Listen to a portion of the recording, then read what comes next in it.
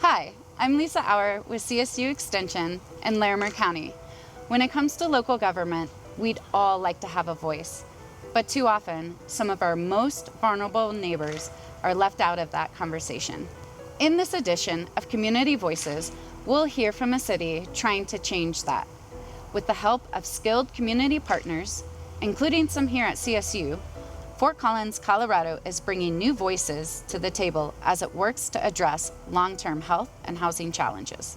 Many of us have experienced how rapidly housing prices have increased, and that brings with it a whole host of other challenges about how can people really achieve their full potential or ensure community well-being with this very basic need becoming more out of reach or harder to achieve in a stable way. Well, when your housing is unstable or either unknown, or in some cases, in a lot of cases, both, it affects your health because there's a sense of uncertainty. And most people that get into those situations, they become stuck because they feel that there's no way out or there's no help out there. In 2020, the City of Fort Collins set out to update policies, codes, and regulations to improve housing affordability in conjunction with health equity.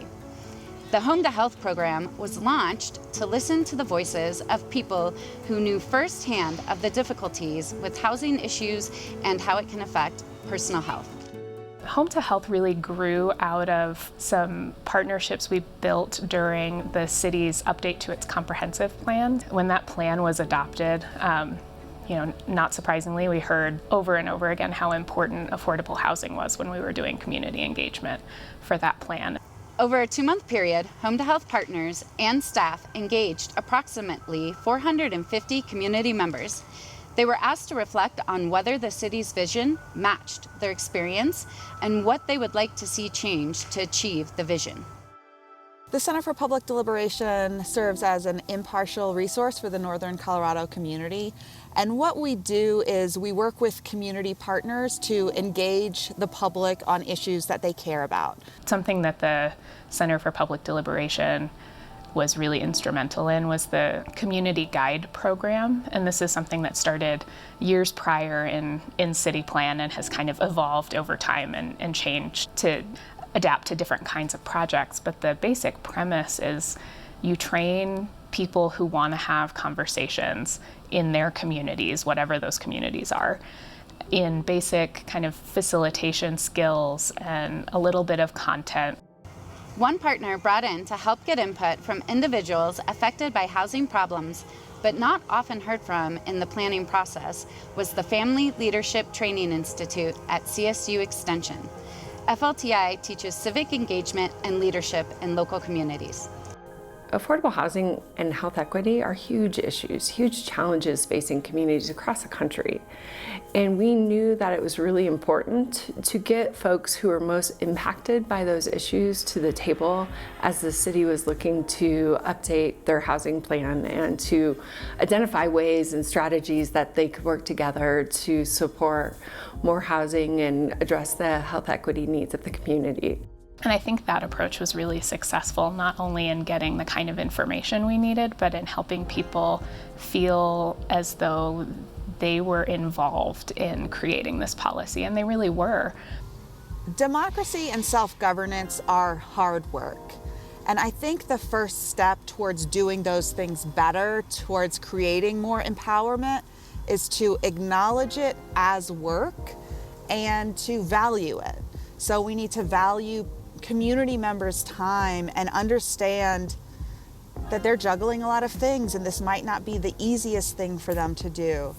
At the same time, self-governance requires us to express our needs and concerns. It requires us to show up, and it requires us to listen and learn from others in our community. And if we do those things, we really can create decisions and structures and institutions that bring out the best in us, that better meet our needs, that better meet our community goals.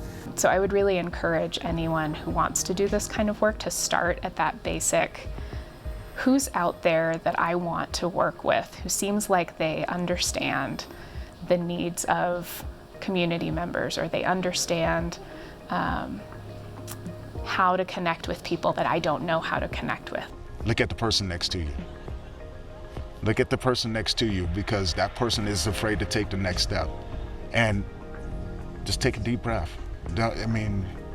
Step forward. You step forward, we step forward, right? Because if we spend our time butting heads with each other, we'll never get anywhere. So look at the person next to you. You don't know what that person's going through neither. So there's nothing to be ashamed of. Take the step.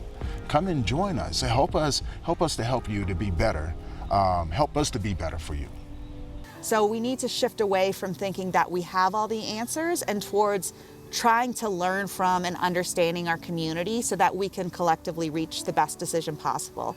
And you can practice being a better listener, asking questions, really trying to understand why someone who's different than you might feel that way every single day. And so I think just practicing those skills of finding your own voice and really trying to listen to others when you disagree with them are something that we can all do better.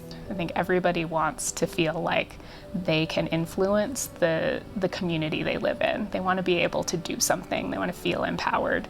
And engaging with each other is in my opinion, one of the best ways people can do that. Is really talking to each other about the kind of community they want to build together.